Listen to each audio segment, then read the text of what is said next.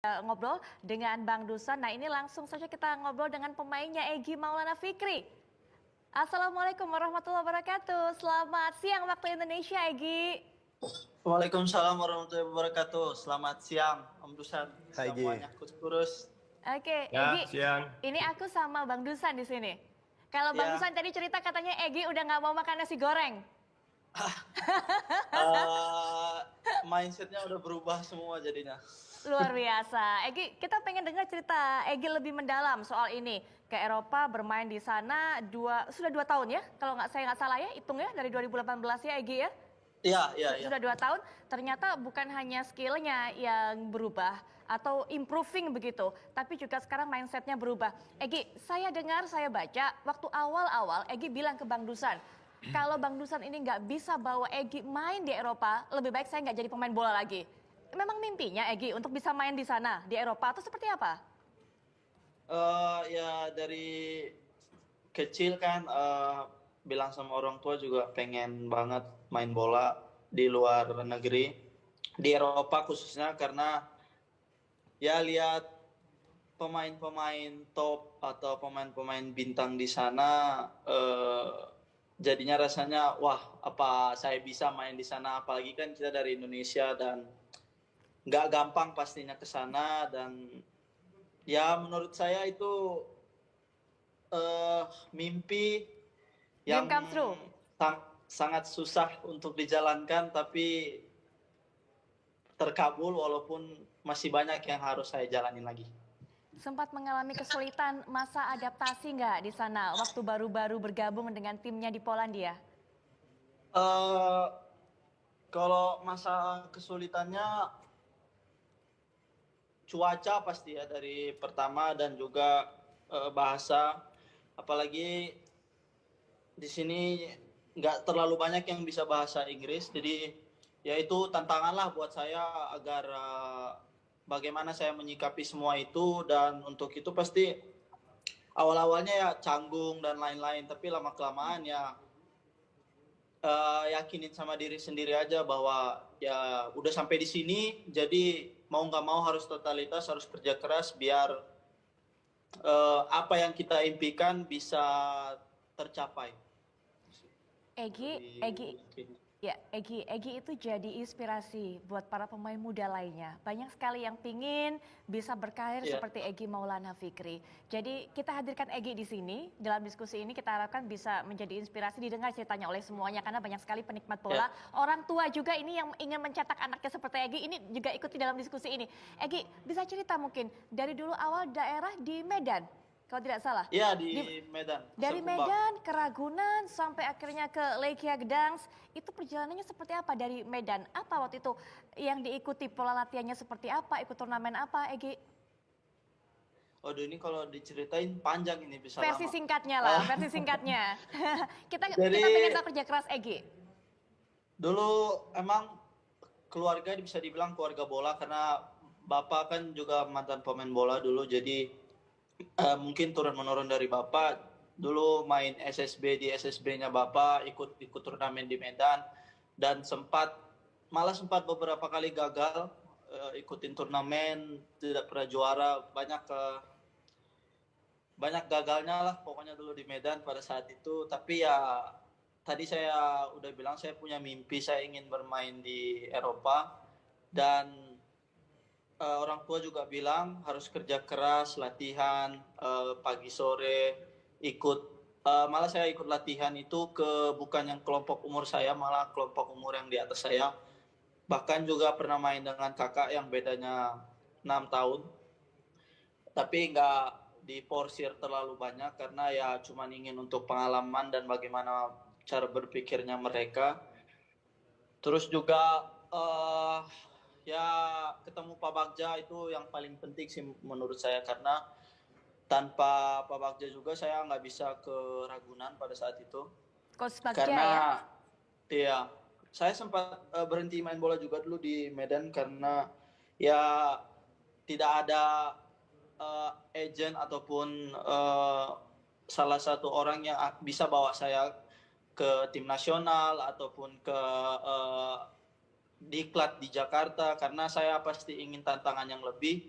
Dan pada saat itu pernah ditawarin tapi batal, dan itu membuat mental saya jatuh karena ya saya berpikir saya main bola hanya di sini, saya ingin lebih tapi saya tidak punya kesempatan, dan pada akhirnya Pak Bagja datang, bawa saya ke Jakarta di Ragunan, didik di sana dari kelas 2 atau 3 SMP saya di sana, dilatih mental, latihan pagi sore setiap hari bersama senior-senior dan teman-teman yang memang pada saat itu mereka sangat bagus-bagus.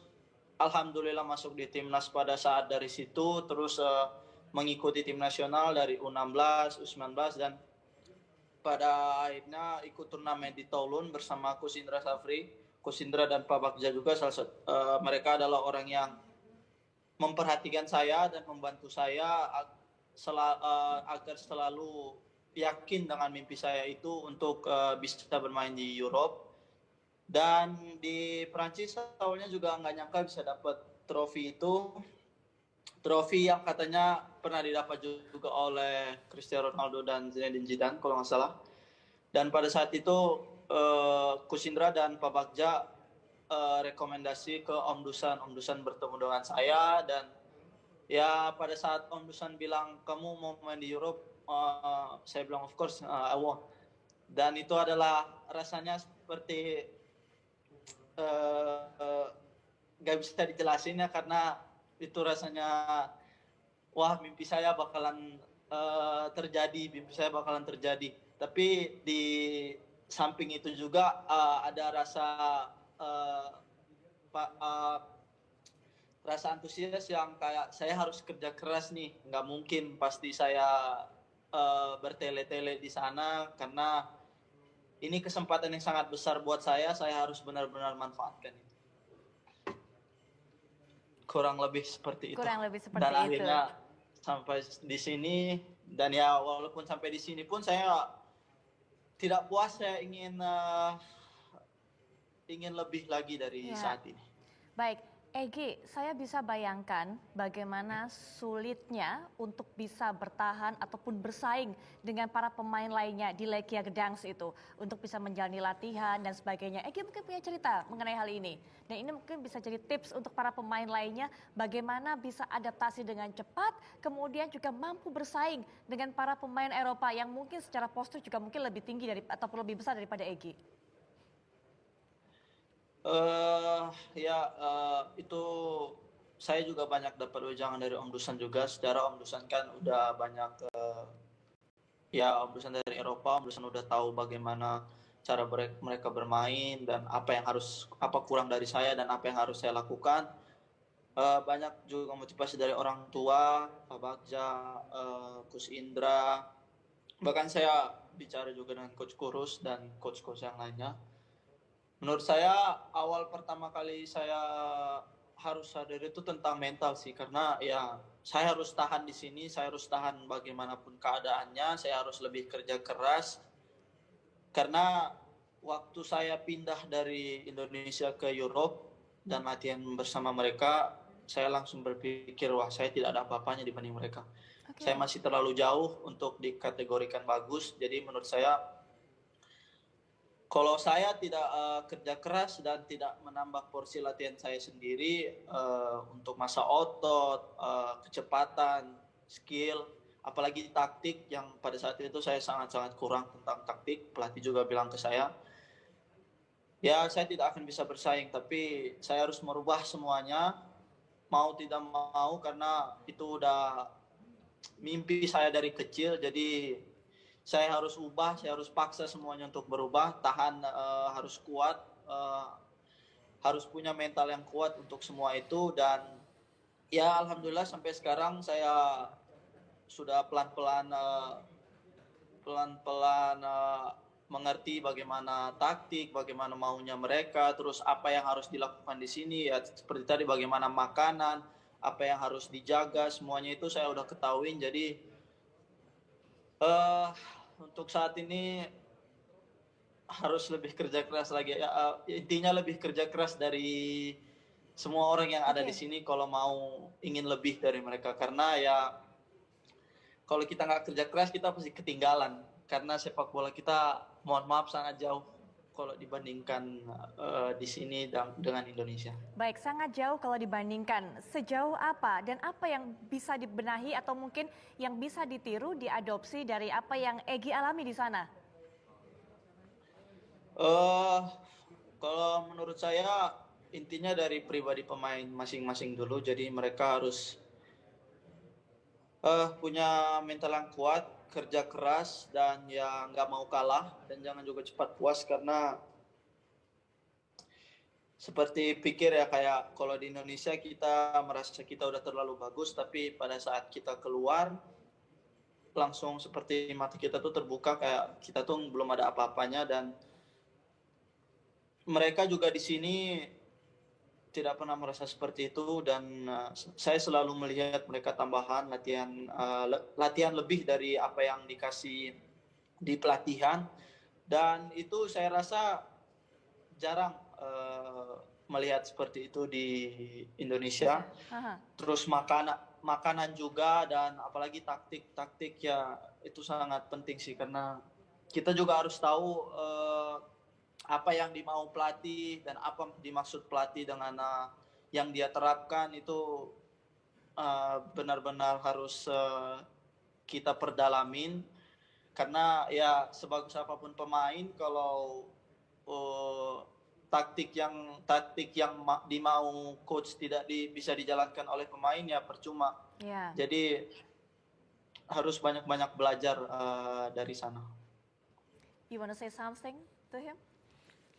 He knows what I want to tell him. I'm waiting his statistic to be a little bit better. I need assist, goals. Ya. I believe in him. Itu yang saya inginkan pada saat ini. Baik. Go ahead, Gay. Semangat ya Egy. Egy terima kasih ya sudah berbagi cerita dengan kita. Yang kita harapkan cerita Egy ini bisa menginspirasi para pemain muda lainnya. Karena banyak sekali Egy yang ingin meniru jejak Egy, ingin mendapatkan kesempatan seperti Egy untuk bisa bermain di sana. Dan Egy juga yang sekarang sudah mendapatkan kesempatan terus berlatih, semangat dan juga berusaha keras di sana. Kita yang di tanah air doakan buat Egy. Sukses selalu. Amin, terima kasih. Baik, terima kasih Egy. Ya, terima kasih. Baik, dan juga sekarang ini kembali saya akan